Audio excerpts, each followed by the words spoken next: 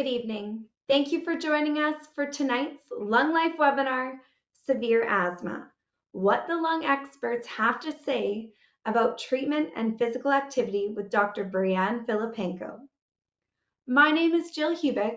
I'm a registered nurse and certified respiratory educator with Lung Saskatchewan. It is my pleasure to welcome you and to be your host and moderator tonight with the hope of helping you live your best lung life. Before we begin the presentation, I would like to acknowledge that the land we are hosting this webinar on is on Treaty 6 territory, the ancestral and traditional territory of the Cree, Dene, Blackfoot, Saulteaux, and Nakota Sioux, as well as the territory of the Métis. Lung Saskatchewan affirms our commitment to reconciliation and the Truth and Reconciliation Commission of Canada's calls to action. We acknowledge the many First Nations, Métis, and Inuit whose footsteps have marked these lands for generations, and we are so very grateful we are able to host this event where we are. The timing of this presentation was strategic. You see, each year, the third week of September, we see a sharp rise in worsening of asthma symptoms, an increase in unscheduled doctor's visits, as well as a spike in people with asthma needing care from our hospital emergency departments. This is known as the September spike. It is caused by a variety of factors that often make up the perfect storm for people living with asthma. Youth heading back to school, suddenly in close quarters with each other, sharing germs and viruses, as well as other triggers are in peak season, such as ragweed, pollen, dust, molds, and the farmers are harvesting their crops. September is also a time where we see higher levels of stress, all very common triggers for people living with asthma. Another common trigger is exercise and physical activity. And these triggers can be even more difficult to manage for those living with severe asthma. But fortunately, there have been significant improvements in the treatment options, and research and science is just getting better and better. So tonight's presentation is very timely. And prior to the presentation, we reached out to you, our online asthma community of support, and we asked you what you would like to learn from this presentation. We felt it was important because this presentation is for you, and the entire purpose of this webinar series, Lung Life, is to help you live your best lung life. So thank you for completing our survey. We listened, we heard you, and we hope tonight that we are able to answer all your questions about asthma. Following Dr. Philipenko's presentation, we will have time for a moderated question and answer period. So if you have questions for Dr. Philipenko, please type your question into the question feature of the webinar software. You will find this feature on the top right side of your screen. And if you want to watch this webinar again, or if you want to tune in and watch and view any other of our Lung Life webinar presentations that we've done in the past, you can do so by visiting our website, lungsas.ca. You can watch all of our series on demand, as well as tonight live. So it is my absolute pleasure to introduce our presenter tonight. We have Dr. Brianne Philipenko, who is an assistant professor in the Division of Respirology at the University of Saskatchewan. She did her medical training at the University of Saskatchewan, followed by her respirology training at the University of Calgary. Dr. Philipenko completed an additional fellowship in severe asthma at the University of Calgary. Severe asthma remains her primary clinical and research area of interest. Dr. Philipenko's presentation is the first of the 2024 and 2025 Lung Life webinar series sponsored by GSK. This educational webinar series was created to empower those living with and caring for those with lung disease to live better. Together, GSK and Lung Saskatchewan brought you presentations on different lung health topics throughout the years. And this year and the beginning of next year, we continue our commitment to help you live your best lung life. In addition, new this year, Lung Saskatchewan, with the support of GSK, will also be launching our very first podcast called Lung Lessons, providing you tips from lung experts to help you take your best breath. The first episode will premiere on November 1st to kick off Lung Month with special guest Dr. Wong discussing RSV and you. I am pleased to welcome our friends from GSK to bring greetings tonight ahead of the presentation. Good evening, everyone. My name is Laura Udo, and I'm an associate on the Patient Affairs and Advocacy team at GSK Canada. Our team is GSK's trusted partners, champions, and advocates of patients, caregivers, and patient organizations within GSK and the broader Canadian healthcare environment. By building synergistic relationships with patient organizations, we actively listen to patients and their caregivers to generate valuable insights. These insights are then systematically integrated into our decision-making and activities across the product lifecycle, ensuring patient centricity remains at the heart of everything we do at GSK. We also champion the patient voice through our policy and advocacy efforts. The work we do enables us to improve patient experiences and outcomes in a multidimensional way.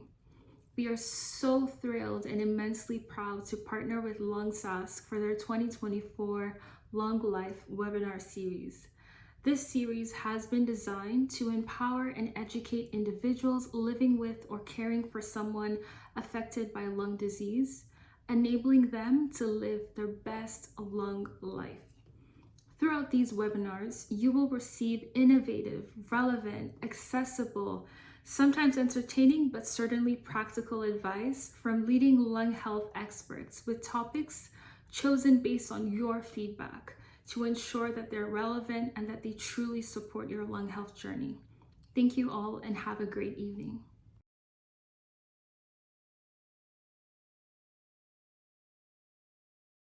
Hello, everyone. Thanks for having me. Thanks for the introduction. I'm Philipenko. I'm a respirologist in Saskatoon, specializing in severe asthma. And I'm excited today to be talking to you a little bit about asthma. And I have a good presentation for you in store. We'll talk about what asthma is to begin. We'll talk about what is meant by asthma control. And we'll talk about what defines severe asthma, as well as to know a general asthma management overview. Hopefully some of this stuff is a review, and if not, we'll start from scratch with the basics, and feel free to ask any questions at the end. And then lastly, we'll talk about the role exercise plays in asthma care. So we'll start off with, what is asthma? It's surprising to me when I ask asthma patients how few people are able to answer this question, and I think it's just never explained. We jump right into asthma management, but don't explain what asthma is to a patient. So asthma is a condition of the airways. You have your main windpipe, your trachea, that branches into a bunch of tubes throughout your lungs called your airways.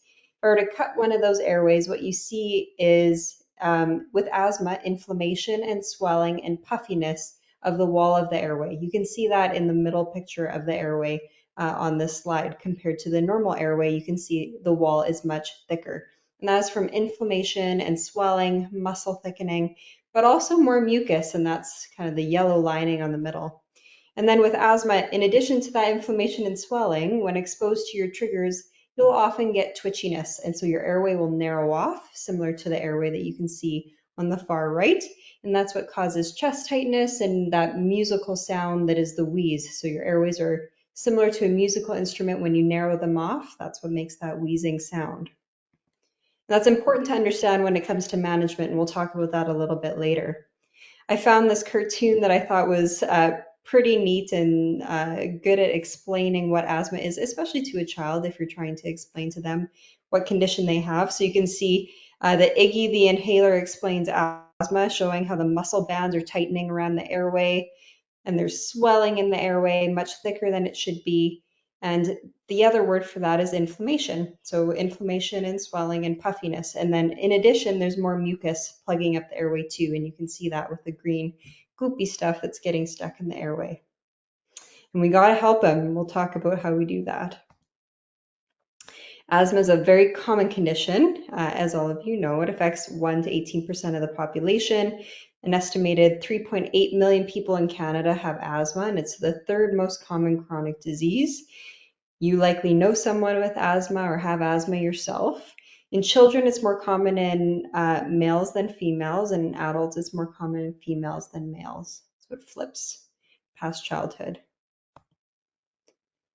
And how do we go about diagnosing asthma? Many of you listening have probably either performed this test or have had it performed to yourself.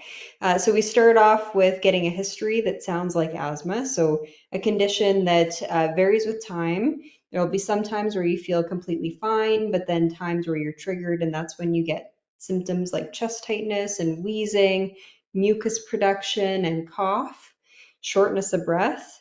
And in addition, we have to have a breathing test that confirms and supports the diagnosis, and we call that a pulmonary function test.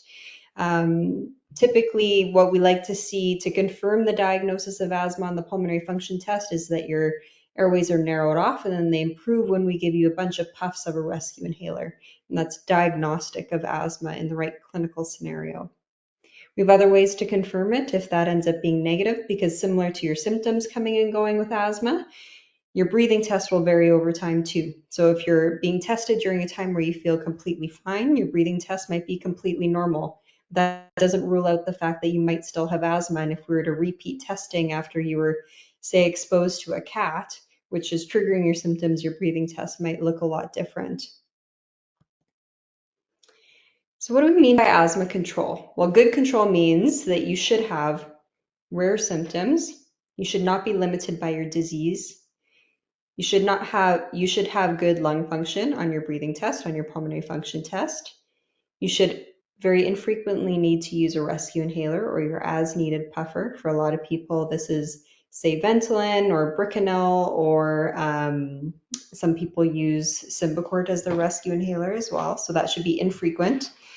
And flares should be infrequent and they should be mild. If you were to have them, it should be mild, not landing you in the emergency department, not needing a course of prednisone, and we have different ways to prevent that from happening. If this is not the case, your asthma may be uncontrolled. We have Canadian guidelines that more specifically try to define what good asthma control is. And so similar to what I said on the last page, they just give a little bit more guidance as to what we find would consider acceptable as good control. So daytime symptoms, if you're having daytime symptoms more than 2 days a week, that's too much. Nighttime symptoms should be occurring less than 1 night a week, and they should be mild if they do occur. You should be not limited in your physical activity. Again, your exacerbations or flares of your asthma should be mild and infrequent. You should not need to be absent from work or school, and your need for a rescue inhaler, like for example, Ventolin, salbutamol, or Bricanyl, should be 2 or less extra puffs per week. Your lung function should be good, and then we have a couple other things that we can check for more in the research realm, but is less available clinically. In addition to day-to-day symptoms, we want to know that your flares, if you had them, were mild and infrequent, so less than 2 courses of oral steroid in the last year. So this would be something like prednisone, or if you're admitted to hospital, dexamethasone or methylprednisolone. No hospitalizations in the last year, and again, your lung function should be good compared to your personal best, and everyone's lung function is different. So we'll go into a little bit of an overview of how to treat asthma. We have some non-medication treatments that are just as important as the medication treatments. So the educational piece is really important. We have asthma educators that help us with this and go over the importance of making sure you're using your inhalers and using them properly. Many people think they're using their inhaler properly, but once we actually sit down and take the time, there are little tips and tricks that we're able to give to make it more effective and get you more medication into your lungs. If you smoke, vape, or smoke marijuana, we talk about quitting that. Anything you smoke, not just tobacco, cigarettes, can cause inflammation in the lungs and trigger your asthma. So we really try to avoid patients smoking with their condition. We like to suggest avoidance of triggers, and usually it's pretty obvious to patients what their triggers are, sometimes less so. But this could include things like allergies. For example, if you have an allergy to a cat and your friend has a cat, trying to spend time together in a different place other than in their home with exposure to the cat would be a good example. Cold exposure is a common trigger, so making sure you bundle up and have a scarf over your face if you're going out to exercise in the cold. Some people have exposures at work that are important to identify, and they should be wearing personal protective equipment, wearing masks if needed. We like to go over vaccinations for patients with asthma and give instructions for an action plan, which we'll go over a little bit later. An action plan is what to do in the event your asthma gets worse. If you're having a flare, you're exposed to a trigger, and your asthma is starting to cause you a lot of grief on a daily basis and getting worse over the course of a few days. And so we'll talk about what an action plan is and what it typically entails, but everyone's action plan is a little bit different depending on what their inhaler they are on is. And then, of course, we have medications to help treat asthma, and we'll go over a little bit about how we treat asthma so you can reflect if you're a patient on what inhalers you're on and see if you might be on the right ones and understand the importance of each kind. So we have two main types of inhalers, and that's the mainstay of treatment with asthma is inhalers. They're puffers that you breathe in so you get the medication right into the airways, which is where asthma typically affects, like we talked about. So we have maintenance and we have reliever inhalers. Maintenance inhalers are inhaled corticosteroids, inhaled steroids that decrease inflammation in your airways. So remember how I said an asthma airway, there'll be inflammation and swelling and puffiness. And an inhaled steroid that you breathe in goes through the airways and decreases that inflammation and mucus production. It won't make you feel better right away. It's the kind of thing that works in the background to decrease inflammation over time, which is super important. But a lot of people expect to feel better right away, but that's not how it works. It takes a little bit of time to decrease the inflammation. And then there's, of course, the reliever inhaler, your typical blue puffer that you see in the movies that help open up the airways when you're having one of the episodes where your airway is twitchy and narrowed off. It helps rapidly open the airway back up and improve your symptoms. And that's your reliever inhaler, your as needed inhaler, your rescue inhaler. Or different names for it, but it's all the same thing. So practically speaking, how do we manage asthma? So we start with an inhaled steroid, so a puffer that just has the inhaled steroid alone in it, and then use a short-acting inhaler, like, for example, the blue puffer, Ventolin, to use as needed for relief. And so you'd use that as needed for relief throughout the day, throughout the week, during flares. If asthma is not well controlled, then we increase your inhaler to a combination inhaler that has two things in it. It'll still have that inhaled steroid that decreases the inflammation, but it will also have a long-acting medication that helps open up the airways like your rescue inhaler, like the blue puffer, but acts for a longer period of time, either 12 hours or 24 hours. So we call those ICS-LABA or combination inhalers, and so that's the next step up from just the inhaled steroid alone. And then we start to increase the inhaled steroid dose within that puffer type. And so those are kind of the typical steps that we would take. There's a bit of a different algorithm if you're on a specific inhaler called Symbicort. Symbicort can also be used as a rescue inhaler. It's one of the only combination inhalers that you can use it as a rescue inhaler. So some people will start with it just as needed and then go to scheduled and then higher doses, and you can use it scheduled as well as needed. There's several other add-on therapies. We have other types of puffers that help open up the airways in a different way. We have pills, including chronic antibiotics, and we have now 6 different biologics that we'll touch on near the end of this talk that help decrease inflammation and decrease flares for people with severe asthma. So, what severity is your asthma? It's interesting for patients to figure out this label, but it doesn't really change much in terms of management because how we label the severity of asthma is dependent on how much medication you need to control your symptoms. So it's more of a retrospective label and it doesn't change anything about what we treat you with, but it's useful for people to know. So if you have mild asthma, you'll be only on an inhaled steroid. And so you'll see them listed there on the left. You can try to find your puffer on here so you can figure out your label. But on the left is just the inhaled steroid alone puffers. In the middle are the combination inhaled steroid and that more long-acting bronchodilator, the long-acting medication that helps open up the airways.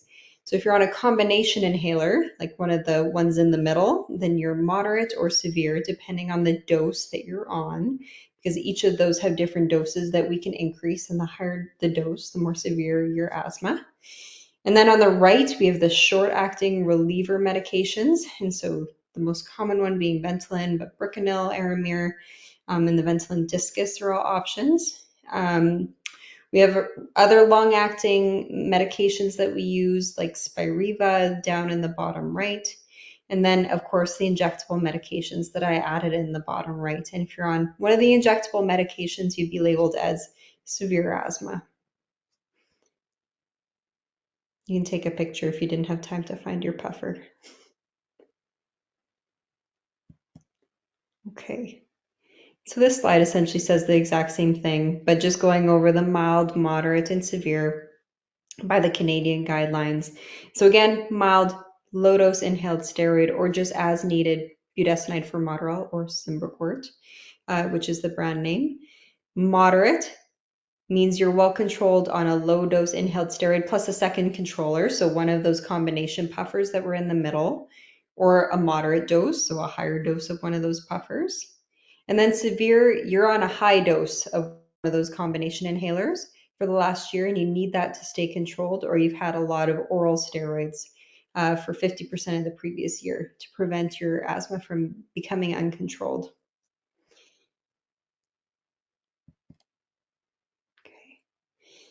This is a graphic representation of what I just described, essentially asthma management in a nutshell. This comes from our Canadian guideline. So step one, going from the bottom up, confirm the diagnosis.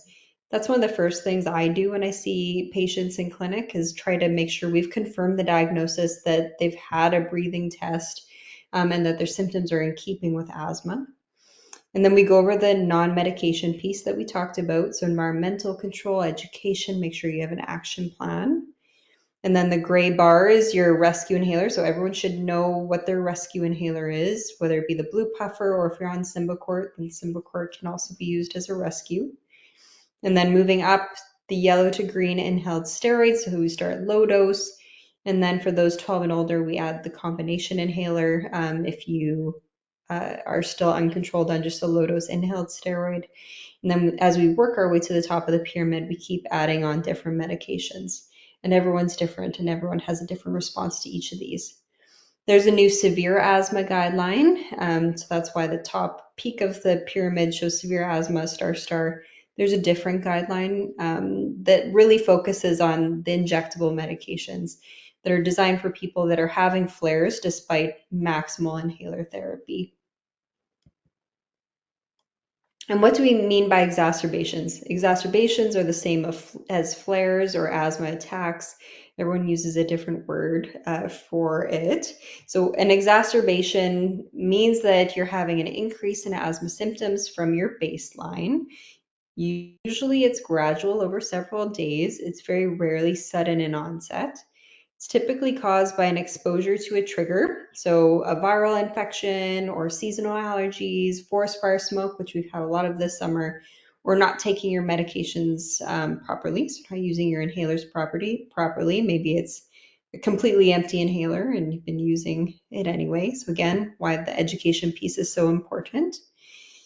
And typically it presents with an increase in frequency of symptoms, so you're feeling more short of breath more frequently throughout the day. Or perhaps your symptoms are more severe, so your usual very mild shortness of breath, you're having a lot more shortness of breath, a lot more chest tightness and wheezing. and or you're using a lot more rescue inhaler. And so in this scenario, it's important to have an action plan, or in other words, what to do when you feel sick. So if it's mild, if you're having a mild flare, you're feeling a little bit more crummy, a little bit more chest tightness and wheezing, but not so bad that you can't get through your day, for example, then we typically treat this with an increase in your inhaled steroid dose. This is step one of an action plan and typically involves quadrupling your inhaled steroid dose. Okay, so if, for example, and I'll just pick a random puffer, you were on Symbicort, one puff twice a day, your action plan might be to go to 4 puffs twice a day for a week or two before going back down to your usual dose. So that's an example of an action plan, depending on which puffer you're on. And each one's different, so you'll have to ask your healthcare provider what your action plan would entail. If it's severe, or if, for example, you're already on a high dose of your puffer and there isn't much room to increase your puffer, then the next step in management is treatment with systemic steroids, oral steroid pills, the most common one being prednisone, and we typically give a 5-day course. Some people need a little bit longer with a little bit of a taper off over time, but for most people, 5 days does the trick. And these would be for people that are presenting to the emergency department, the hospital, walk-in clinic, because they've increased their puffer if that was an option for them, and they're still feeling sick. So this is something we do with patients in the asthma clinic. We go over their action plan. We have the green level, yellow level, red level. It's nice to actually have a written action plan so you have something that you can refer back to, because of course when you're sick, nobody's in their right mind and usually can't remember what they were told the last clinic visit. So it's nice to have it written down so you have something, a hard copy that you can refer back to with what to do in each specific scenario. And of course, when in doubt, contact your healthcare provider, walk-in clinic, emergency department, if you can't remember what to do and you're feeling really unwell, or what you were given isn't working. So the next step, so severe asthma patients have a lot more options available to them than they did, say, a decade ago. We have some wonder drugs called injectable medications, biologics. We have 6 of them available. And they're available to people that have needed 2 courses of prednisone or any oral steroid in the last 12 months. So these are people that are still flaring, I should say, in the last 12 months, and you're already on optimal inhaler therapy. So if you're on optimal inhaler therapy, like we talked about in the last few slides, and you're still having flares needing prednisone, you might be a candidate for an asthma biologic, and ask your healthcare provider about it, because they're awesome. They're game changers for so many people. Again, we have 6 of them available. I'll spend a little bit of time talking about this, but it won't be applicable to everybody online, so I'll keep it brief. We have 6 available, and they're all labeled here on this slide with where they act. They act in different parts of the inflammatory cascade. So again, asthma is a condition of inflammation and swelling and puffiness of the airway that's caused by different cells that go throughout your airway wall and stimulate a cascade that results in inflammation and mucus and different things. And so these biologics target different parts of that pathway, and they all have slightly different criteria and benefits and a little bit of nuances. So they're typically prescribed by a respirologist. If you do not have a respirologist and you think you might be a candidate for one of them because you've needed steroids, oral steroids, and you're already on good inhalers, then a respirology referral would be worthwhile asking for. Okay. Then I was asked to talk about exercise and asthma, which is actually a common question that I get in clinic. So I'm glad that I was asked to talk about it, because people with asthma often get symptoms when they're exercising. And that often leads to a change in habits, change in activity, a fear of exercise. But it's really important to keep exercising, and there'll be benefits for your asthma if you're able to. Of course, the key to this is that you have good asthma control. And so as part of our asthma control criteria, which is making sure you very rarely, if ever, feel your asthma. One of the criteria is that you should not have any physical activity limitation due to your asthma. And so if you feel like your asthma is a big part of the problem with your exercise, then that's something to talk about your healthcare provider with, because you might need an increase in your therapy. And it's important to talk about. So when surveyed, severe asthma patients, when asked what their treatment goals are, being able to participate in physical activity was the third most important outcome for them, after reduced number of asthma attacks and improved quality of life. So it's really important, and it's something that we probably don't talk enough about in clinic. Patients with asthma are less physically active than those living without asthma. And so on average, a person will take 8,300 steps per day. In Canada, maybe a little bit less in the middle of winter, but on average, this study looked at the average person, patients with COPD, and patients with severe asthma. COPD is a lung condition caused by smoking-related lung damage to the lungs. So COPD, or emphysema, is another word for it that you might have heard of. So COPD is typically thought of as a very severe condition, low lung function, and people aren't able to exercise as much as their healthy counterparts. In severe asthma, people typically take fewer steps a day than the average population, 5,800 steps per day, and it's actually not far off from the COPD population, which I found shocking and is something that's important to recognize and try to address. This difference is worse. The physical activity level is worse in women in particular, in people living with asthma with an older age. And the more severe the asthma, the worse the physical activity. Higher levels of physical activity with asthma have many benefits. So higher levels of physical activity is associated with better asthma control.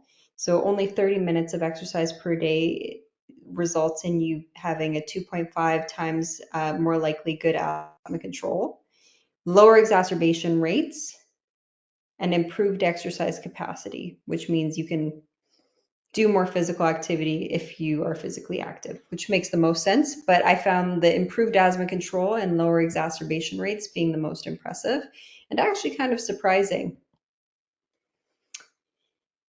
This has a lot of fancy medical terminology on it, but the important thing is there are different mechanisms of exercise limitation in people living with asthma.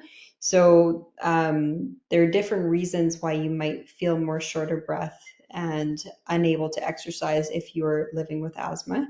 The most common one is exercise-induced bronchoconstriction, which is a phenomena that happens when you start exercising. It's one of the most common ones that happens in people with asthma. You start exercising, you're breathing more quickly, you're breathing that dry air, it's drying out your airways, and then your airways get twitchy, narrow off, and within 15 to 30 minutes of exercising, you're already having that chest tightness and wheezing.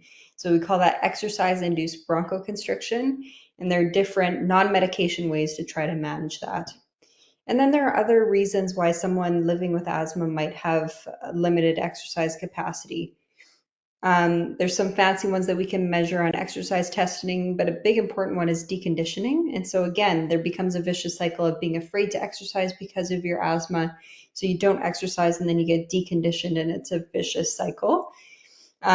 If you're taking a lot of steroids, you can get muscle weakness from taking oral steroid pills. So that's something that can happen and isn't necessarily related to inflammation in the lungs, for example.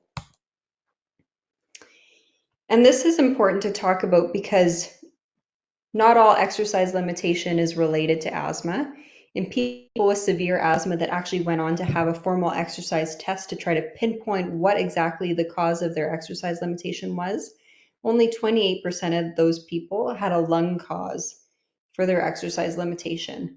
So for example, some people might have had deconditioning, some people might have had muscle weakness that would be treated in a very different way than increasing their inhalers, okay? And so in those people that didn't have a lung cause, they were able to decrease their puffers and had no change in their asthma control. So the point of this slide is to really highlight not all exercise limitation is asthma, and so make sure you're thinking outside the box too. Exercise-induced bronchoconstriction. So again, that condition where you're breathing quickly, you get dry air in the lungs, and then your airways narrow off within 30 minutes of exercise. Typically results in a drop in lung function within 30 minutes of exercise, and you'll get symptoms of chest tightness and wheeze that typically responds to your rescue inhaler. So some strategies for dealing with this would include having a nice long warm-up, that really helps. Wearing a mask, especially exercising in Canada. If you're going out for a walk around the block in -40, you want to have a neck tube or a scarf that's covering your mouth and your nose. So when you breathe in, that humidifies and warms the cold air while you're walking. Taking one of your rescue inhalers, so short-acting beta-agonist like Ventolin, or your Symbicort if that's what you're on for your rescue inhaler instead. 15 minutes prior to exercise can be really helpful at preventing this from happening. If you're having lots of issues with this, for example, running on the treadmill, take a puffer, 1 to 2 puffs 15 minutes before you exercise, and that'll really help. And then there's some other medications that we can add in addition if you bring this up to your healthcare provider. If it's still an issue, even after doing those strategies above. And so we'll go over a little bit in the general asthma population, the effect of aerobic training. So there's different types of exercise, of course. There's aerobic training and strength training. Most of the research that's been done in the asthma cohort has been aerobic training or mixed training, combination of aerobics and strength training. And so in the general asthma population, aerobic training, and each of these studies looks at a different type of aerobic training, so I can't say exactly what it was, but say 30 minutes of aerobic training, results in improved asthma control, improvement in your lung function, so what we test during your breathing test when you come into clinic, but it doesn't really have a change in airway inflammation that we investigate in different ways in clinic. So the important thing is you still need to use your inhalers. If you're doing an exercise intervention to try to improve your asthma control, it will not replace your maintenance inhaler, your inhaled steroid, unfortunately. I wish it would. And which group stands to benefit the most? The groups that in research studies have shown the most benefit are overweight individuals or those with more severe asthma, so moderate to severe or severe asthma population. Okay, and then we'll talk specifically about the moderate to severe asthma population, some specific evidence for them.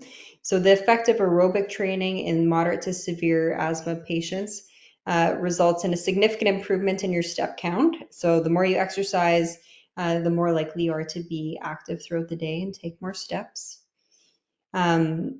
Aerobic training results in improvements similar to the general asthma population in the more severe population, and improvements in quality of life, in asthma control, as well as your exercise endurance overall. So the bottom line regarding exercise and asthma is if you need to, if you're having that exercise-induced bronchoconstriction or symptoms shortly after starting exercising, try using your reliever medication if you need prior to exercise. Typically 15 minutes will do the trick.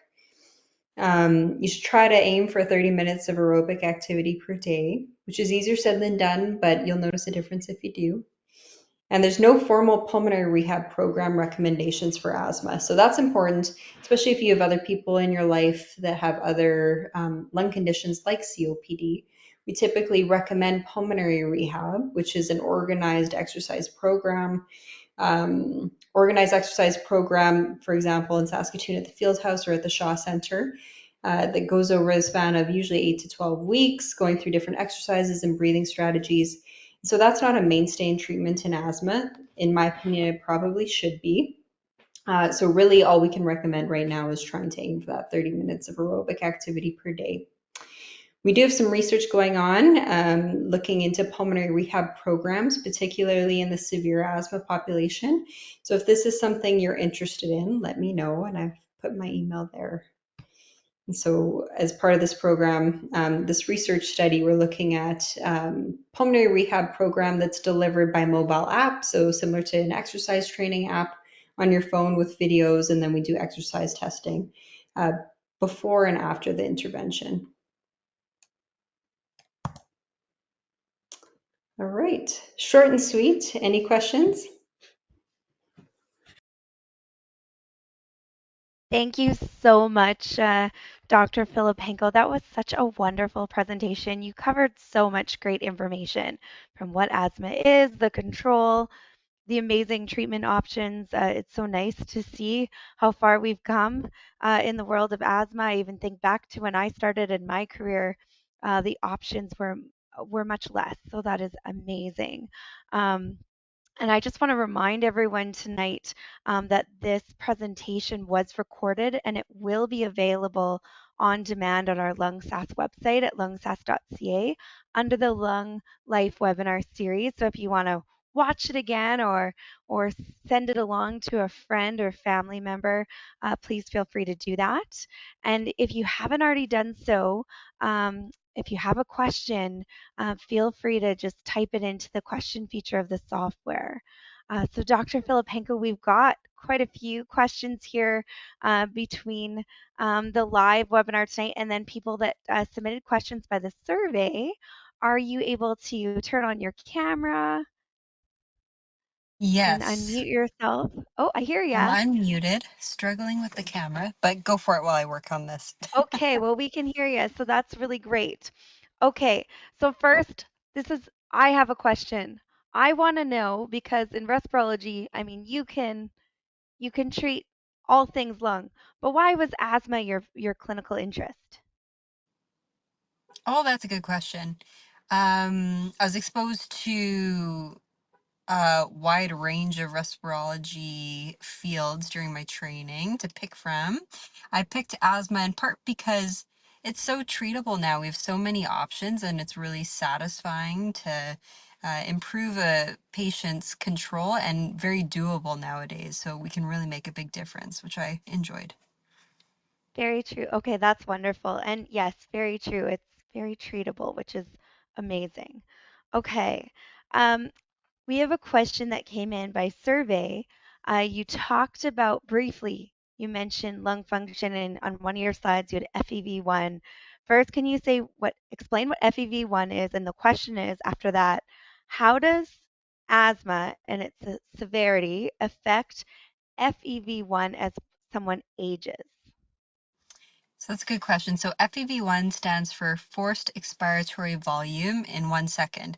So when you're doing a breathing test, if you've done a pulmonary function test, you have to breathe out as hard and as fast as you can, and it's the volume of air that you can breathe out in a second. So if you think about breathing out through a straw, if you were to pinch that off, so similar to asthma, your airways narrow off. If you were to pinch off that straw, the amount of air you could blow out in a second would decrease. And so that's one of the primary measures that we look at in the asthma population to assess lung function control. And for the second part of the question, as FEV1 throughout your lifespan with regards to asthma will really be dependent on the severity and the control you've had both now and in the past. So FEV1 in an asthma patient can vary over time. So if we were to test an asthma patient when they were exposed to one of their triggers, their FEV1 would be much lower than if we tested them when they felt fine and were well controlled. Their FEV1 might be completely normal. And so if somebody has had severe asthma all their life, perhaps not well controlled for a period of time, their FEV1 might be lower. And sometimes if asthma has been poorly controlled for a long time, you can get something called airway remodeling.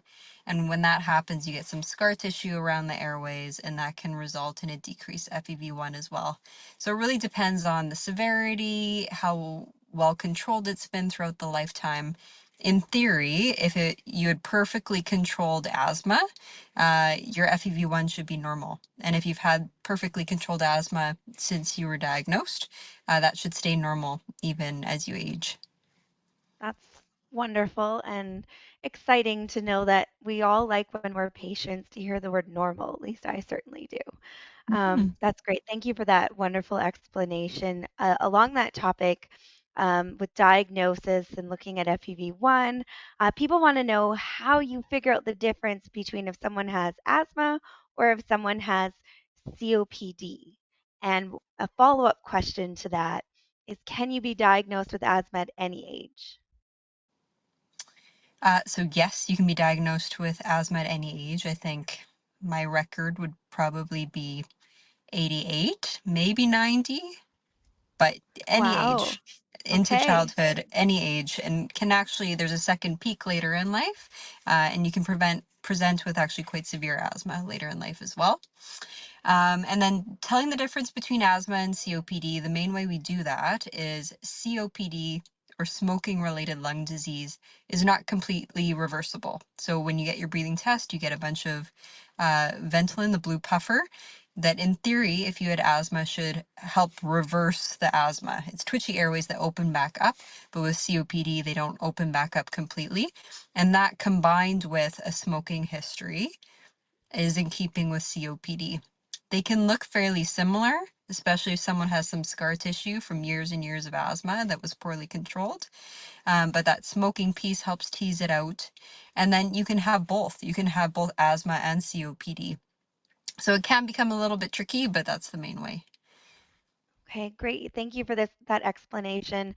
I think because they both in their treatments have some similar inhalers, sometimes people think it's the same or they get mixed up. So thank you for clarifying that so well for all of us. We have a couple questions here. Could you reiterate when someone should be referred to a respirologist and how they go about doing that? So most of the referrals that I receive are through family physicians. And so at any point, if you feel your asthma is poorly controlled, or you haven't found the right inhaler that might work for you, or you're on maxed out therapies, you're on lots of puffers and you're still having flares, or you still have poor control, then at any point a referral to a respirologist is reasonable. I've never thought, oh, this person's asthma is too mild to be referred to me. It's completely fine for me to see at any stage. Wonderful, thank you. So, when in doubt, ask for that referral, especially if Hmm. things aren't working well for you, hey? Hmm. Okay, we have some questions around exercise as well. Could you clarify the difference between knowing if someone strictly has exercise-induced bronchoconstriction versus having exercise as a trigger? Are they different? Are they the same? Can you talk about that a little bit? Yeah, so exercise, as I mentioned, can trigger a shortness of breath for a variety of reasons. To diagnose exercise-induced bronchospasm, you technically need to do an exercise test and do a pulmonary function test, a breathing test while someone is exercising. Then you diagnose it with a drop in lung function while somebody's exercising. But it's pretty classic. And if using a rescue inhaler before you exercise, 15 minutes before, helps prevent those asthma symptoms, especially near the beginning of your exercise, then that's typical enough that we don't necessarily need to formally diagnose it. And we can just manage it empirically by putting you on a rescue inhaler 15 minutes before exercise. But there is overlap. So exercise as a trigger for the asthma could be caused by exercise-induced bronchospasm. Okay, thank you for that clarification. Along the same theme with asthma, you talked a lot about aerobic activity and your app for your research sounds super cool. Um, do you think or know if if strength training, if there's, any recommendations around that, or if there's been research of the benefits or the impact strength training may have on people living with asthma that you know of? So there's very limited evidence for really any exercise programs in asthma, which is in part why we're doing this research project. Most of it was aerobic training in the studies that I showed you that were combined into those systematic reviews or combined studies. Some of them had a more comprehensive exercise program that included aerobic and strength training, but those were quite small, and so not strong enough studies to really give a recommendation. As part of the study that we're doing a combination of aerobic and resistance training or strength training. And so I suspect, similar to other pulmonary rehab programs, a combination will be beneficial, but jury's still out. Okay, well, exciting. We look forward to finding out the results from your Mhm. research and stay tuned, I'm sure, for more. Maybe we'll have a webinar in the future about what your research showed, which is fantastic. There you go. Okay, there's some questions around different medications.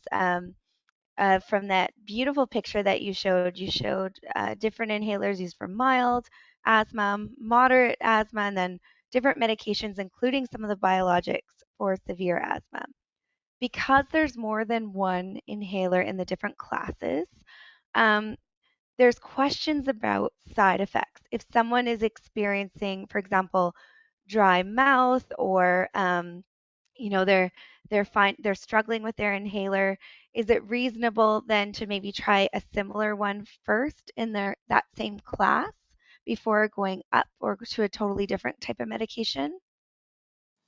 Yeah, for sure. And we do that all the time.